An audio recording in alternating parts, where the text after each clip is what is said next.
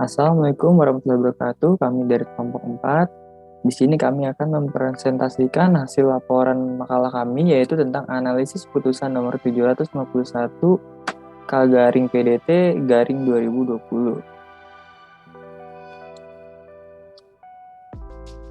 Sebelumnya, kami akan memperkenalkan terlebih dahulu dengan saya sendiri, yaitu Muhammad Fatan Zarandika, dan bersama teman saya ada Albina Aristin, ada Dunanda Audrey, ada Zulfikar Gondawa Putra, ada Arta Noviantri Utami, dan ada Veranda Maifa. Oke, next. Bab 1. Pendahuluan. Latar belakang. Seluruh manusia di muka bumi diberkati oleh hak asasi manusia yang tidak boleh dilanggar oleh pihak manapun, baik perorangan maupun pemerintah sekalipun. Pemerintah harus menjamin bahwa hak asasi manusia terpenuhi dan dilindungi dari segala bentuk pelanggaran tanpa kecuali dari sejak mereka dilahirkan hingga dikebumikan. Salah satu bentuk pelanggaran hak asasi manusia adalah kasus penyelundupan orang. Pada kasus ini, kelompok kami akan membahas potret 115 anak-anak di bawah umur korban penyelundupan orang yang berhadapan langsung dengan hukum dan pemerintahan Australia yang merasa sangat dirugikan karena ditahan dan dipenjarakan di penjara dewasa bersama para penjahat yang mempunyai kriminalitas sangat tinggi. Para pihak dalam perkara. Para pemohon kasasi dalam putusan Mahkamah Agung Republik Indonesia nomor 751 K/PDT-2020 ialah anak-anak di bawah umur berkewarganegara Indonesia yang merupakan korban penyelundupan orang atau people smuggling, berjumlah 115 orang yang bertempat tinggal di wilayah Indonesia, yakni NTT.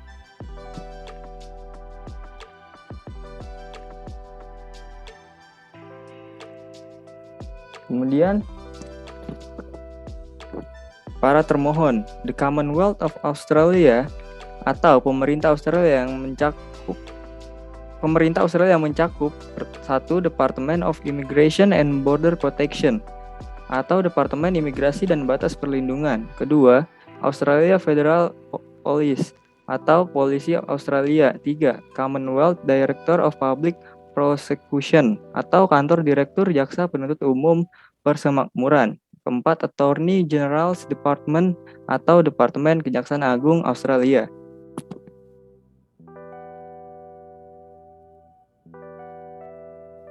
Baik, untuk selanjutnya di sini ada uraian duduk permasalahan. Jadi duduk permasalahan dalam perkara putusan Mahkamah Agung Republik Indonesia nomor 751K/PDT-2020 ini berawal dari 115 anak-anak di bawah umur berkeluarga negara Indonesia yang menjadi korban penyelundupan orang di Australia. Mereka ini tertangkap sedang berada di kapal-kapal pembawa pencari suaka ke Australia yang didasari atas laporan hasil investigasi yang dilakukan oleh Komisi Hak Asasi Manusia. Atas dasar itu, mereka ditahan di penjara dewasa di sebuah wilayah Ashmore dan Kepulauan Kartiar di Lautan Hindia yang diklaim Australia sebagai wilayah tidak berpenghuni. Tidak seorang pun dari pihak The Commonwealth of Australia memberitahukan kepada kerabat atau seseorang di desa mereka bahwa anak-anak tersebut dituntut dengan kejahatan kriminal yang memiliki ancaman hukuman minimal 5 tahun penjara. Kemudian aspek hukum perdata internasional atau HPI yang terdapat dalam putusan Mahkamah Agung nomor 751K/PDT-2020 ini ialah yang pertama berkaitan dengan subjek hukum. Jadi subjek hukum tersebut ialah 115 anak-anak berkeluarga negara Indonesia yakni korban penyelundupan orang atau people smuggling sebagai para penggugat melawan The Commonwealth of Australia atau pemerintah Australia sebagai para tergugat. Keduanya merupakan pihak yang tunduk pada hukum nasional yang berlainan. Kemudian yang kedua ini terkait objek hukum. Objek hukum dalam perkara tersebut adalah tindakan para tergugat selaku organ pemerintah negara atau selaku pemerintah negara asing atau pemerintah Australia di bidang hukum. Kemudian deskripsi mengenai isi gugatan. Pada putusan Mahkamah Agung Republik Indonesia nomor 751K/PDT-2020 dalam gugatannya memutus perkara antara 115 orang anak-anak korban penyelundupan orang atau people smuggling yang disebut sebagai para pemohon kasasi melawan The Commonwealth of Australia atau pemerintah Australia yang disebut sebagai para termohon kasasi. Permasalahan hukum dalam perkara ini ialah terkait meminta ganti rugi akibat penahanan anak-anak korban penyelundupan orang atau people smuggling yang di bawah umur yang dipenjarakan di penjara dewasa bersama dengan para tahanan yang mempunyai kriminalitas tinggi selama kurang lebih 3 tahun sejak 1 September 2008 sampai dengan 22 November 2011. Pemerintah Australia dianggap melakukan perbuatan melawan hukum terhadap anak-anak berkewarganegaraan Indonesia. Kemudian dasar gugatan ialah yang pertama alasan yang menjadi dasar para penggugat melakukan gugatan kepada para tergugat ialah karena para penggugat atau anak-anak berkewarganegaraan Indonesia ini merasa dirugikan akibat perlakuan yang dilakukan oleh pemerintah Australia. Maka dari itu mereka meminta ganti rugi kepada pemerintah Australia. Kemudian dasar hukum gugatannya ini yang pertama ada pasal 1365 junto pasal 1366 junto pasal 1367 KUH Perdata yang masing-masing pasal ini pada intinya ini menjelaskan bahwa seseorang yang melanggar hukum dan menyebabkan kerugian kepada orang lain wajib menggantikan kerugian tersebut kepada orang yang dirugikan. Kemudian dasar hukum yang kedua ialah pasal 9 ayat 5 Undang-Undang ICCPR yang mengatakan bahwa setiap orang yang telah menjadi korban penangkapan atau penahanan tidak sah berhak untuk mendapatkan ganti kerugian yang harus dilaksanakan. Kemudian dasar hukum gugatan yang ketiga ialah pasal 14 ayat 6 Undang-Undang ICCPR yang mengatakan bahwa apabila seseorang dijatuhi hukuman dengan keputusan hukum yang telah mempunyai kekuatan hukum tetap, namun ternyata terdapat kesalahan dalam putusan tersebut, maka orang yang telah menderita hukuman sebagai akibat dari keputusan tersebut harus diberikan ganti rugi menurut hukum. Kemudian yang keempat ialah pasal 7 jungto pasal 95 jungto pasal 96 ayat 4 dan 5 Undang-Undang Republik Indonesia nomor 39 tahun 1999 tentang hak asasi manusia. Dan yang terakhir pasal 35 Undang-Undang Pengadilan HAM nomor 26 tahun 2000 mengenai kompensasi, restitusi dan rehabilitasi.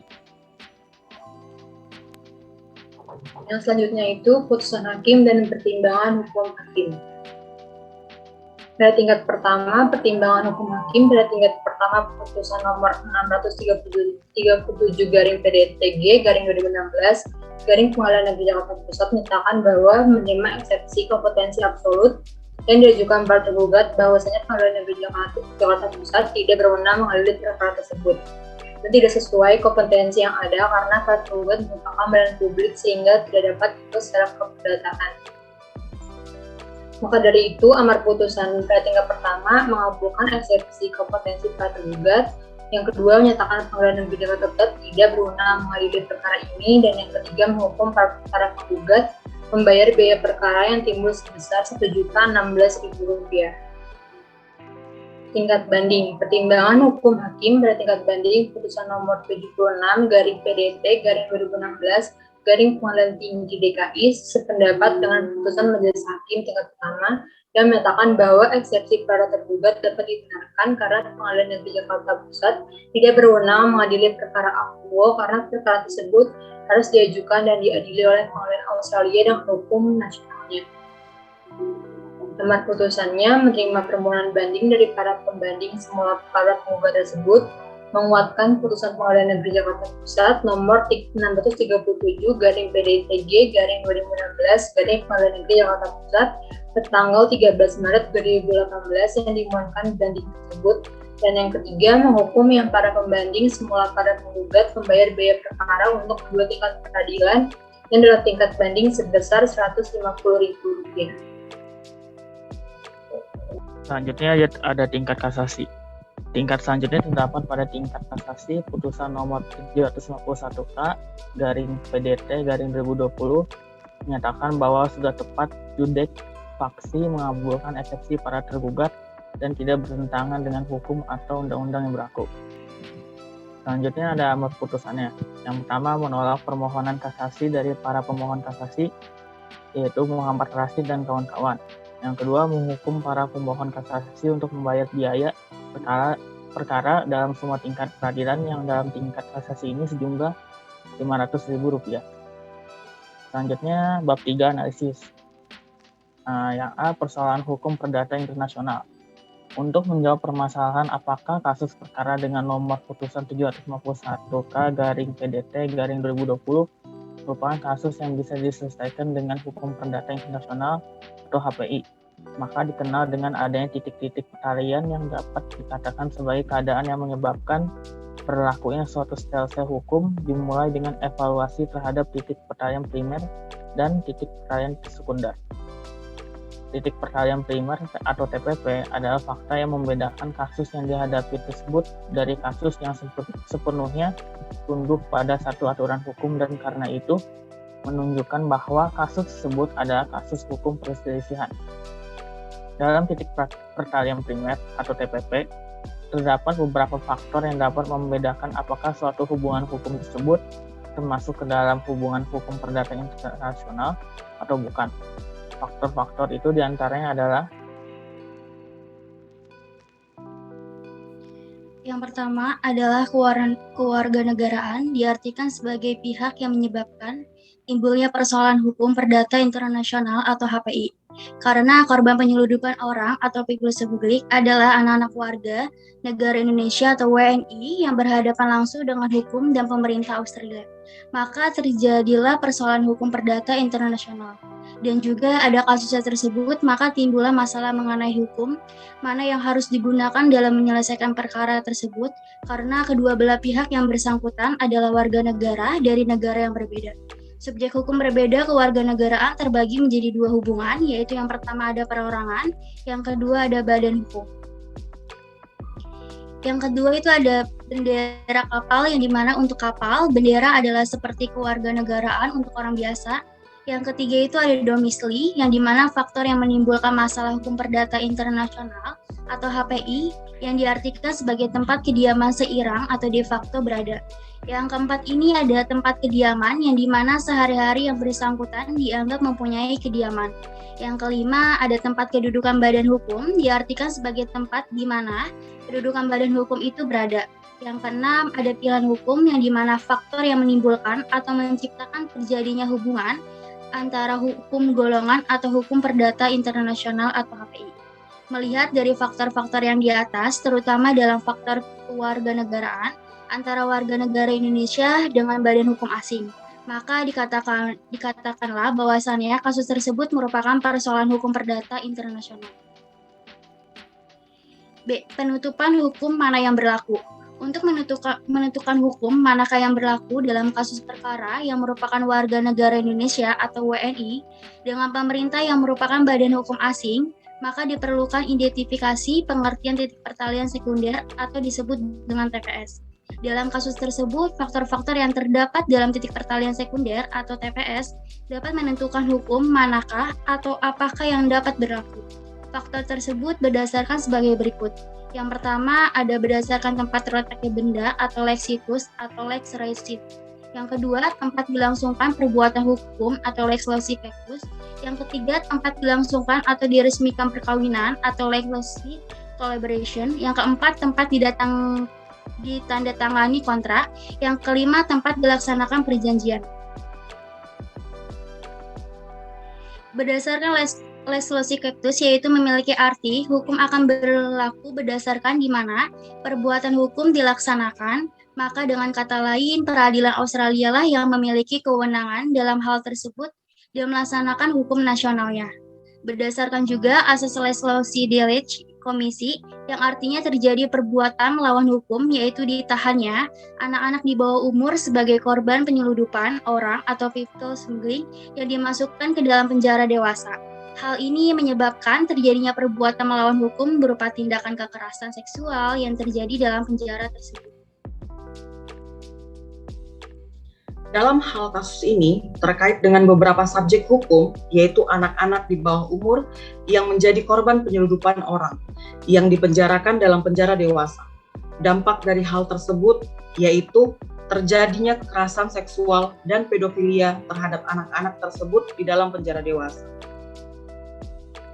Kesimpulan, dalam perkara ini dapat ditarik kesimpulan bahwa kasus perkara dengan nomor putusan 751K/PDT/2020 merupakan kasus yang bisa diselesaikan dengan hukum perdata internasional dan berkaitan dengan kasus yang dipilih oleh kelompok kami, di mana pihak yang berperkara sebagaimana telah diuraikan pada bagian pihak-pihak yang berperkara di atas adalah badan hukum asing yang berasal dari Australia dengan warga negara Indonesia dengan sistem hukum yang berbeda.